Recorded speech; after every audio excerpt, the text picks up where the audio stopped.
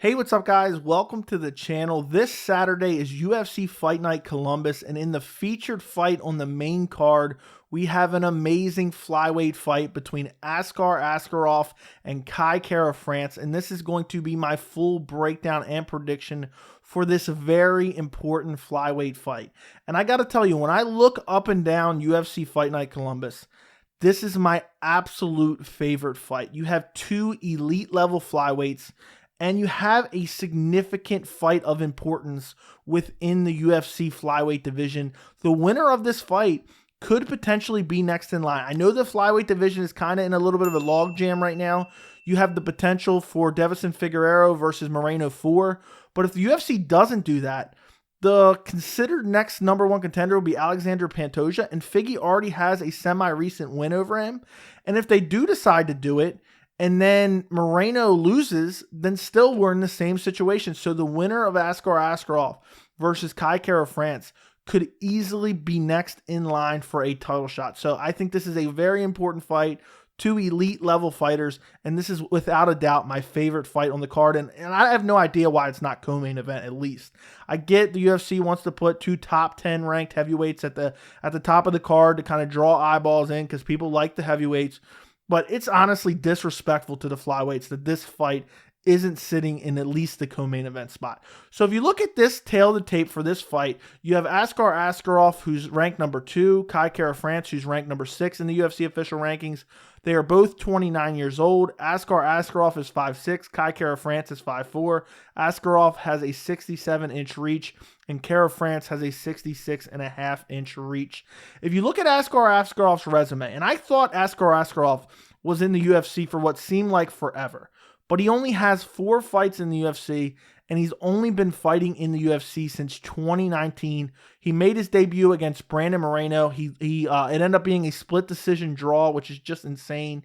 And this fight was pretty much Askar Askarov taking him down for like large portions of the rounds. And then when they got back to their feet, Brandon Moreno was winning on the feet. It was a close fight. It could have easily went Moreno's way. If I was probably a judge, I probably would have gave it to Brandon Moreno. But it ended up being a draw, and Askar Askarov is still undefeated in MMA. He has 14 wins, and obviously the draw, 15 fights in MMA. And then he went on to get 3 decision wins. He beat Tim Elliott, then Alexander Pantoja, and then most recently, he's been inactive for quite a while. He has not fought since March of last year, so he's been out for over a year. His last win was against Joseph Benavidez, a legend within the flyweight division. And basically, you know, he has the same blueprint for every fight.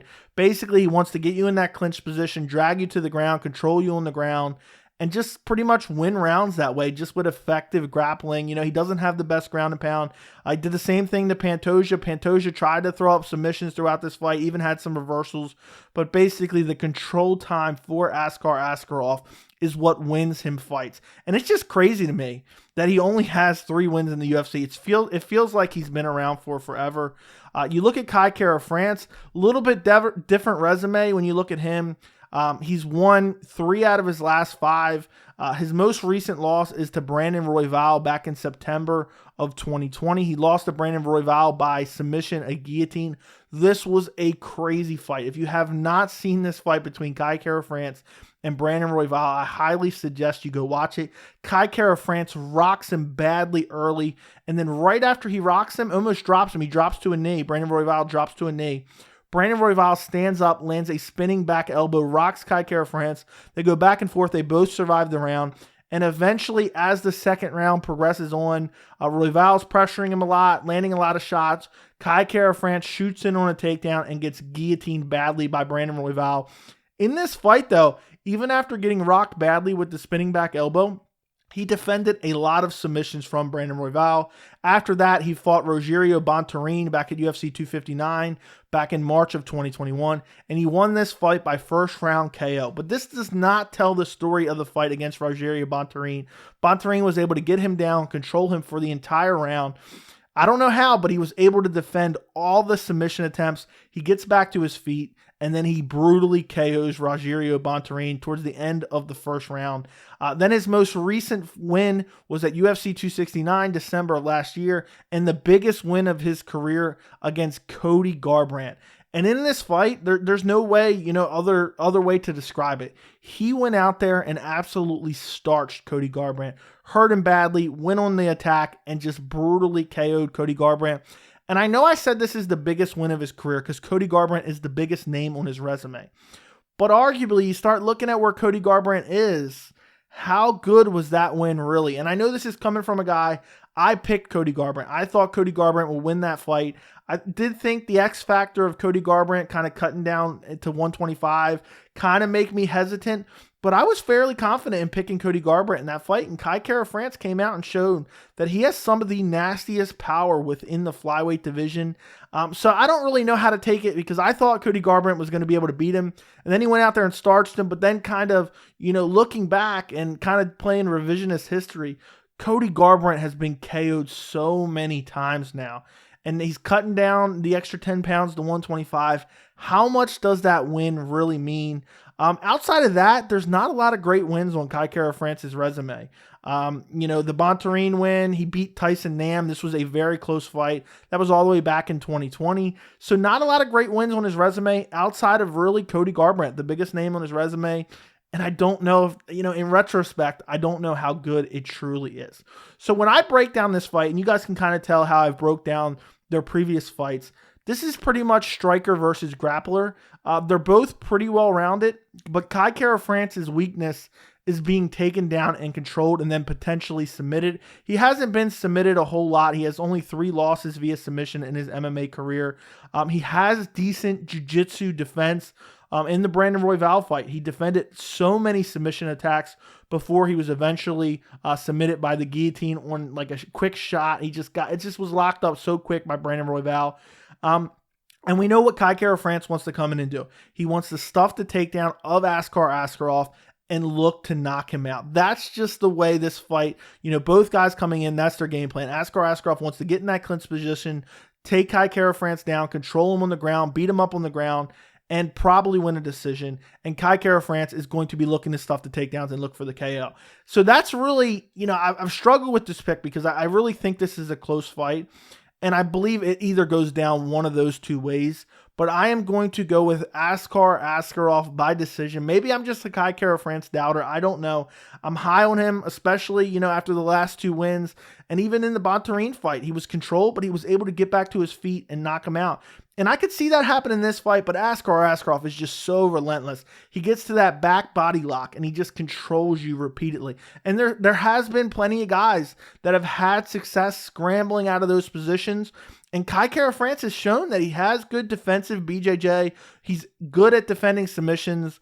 But I just think Askar Askarov is just too determined, too relentless. He's going to find the takedowns. He's going to control him for the majority of the rounds and eventually probably get a 30-27 decision. Or maybe he loses the first round because he's tentative. He's worried about the power of Kai Kara-France and he wins a 29-28. But I'm a little bit worried about this pick. Honestly, this is really a toss-up because Askar Askarov, as he starts to get a little bit tired and his arms get heavy from wrestling quite a bit, the entries are a little sloppy and he does get hit quite a bit.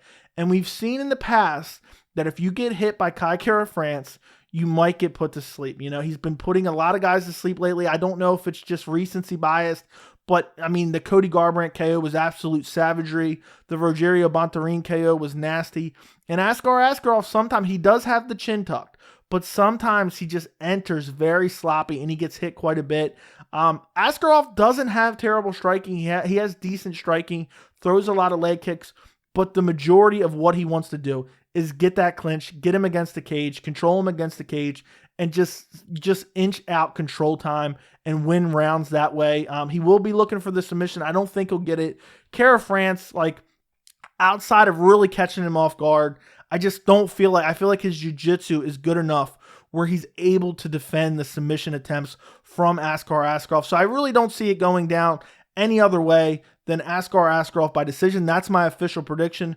Or Kai Kara-France stuffs the takedowns. I don't think he gets the first round KO, but as Askar Askarov gets a little bit more tired from failed takedown attempts, eventually he enters really sloppy, looking for that clinch, and he gets brutally KO'd. But who knows, when you have 2 high-level guys in there, really anything can happen. And both these guys are evolving every single time we see him out there.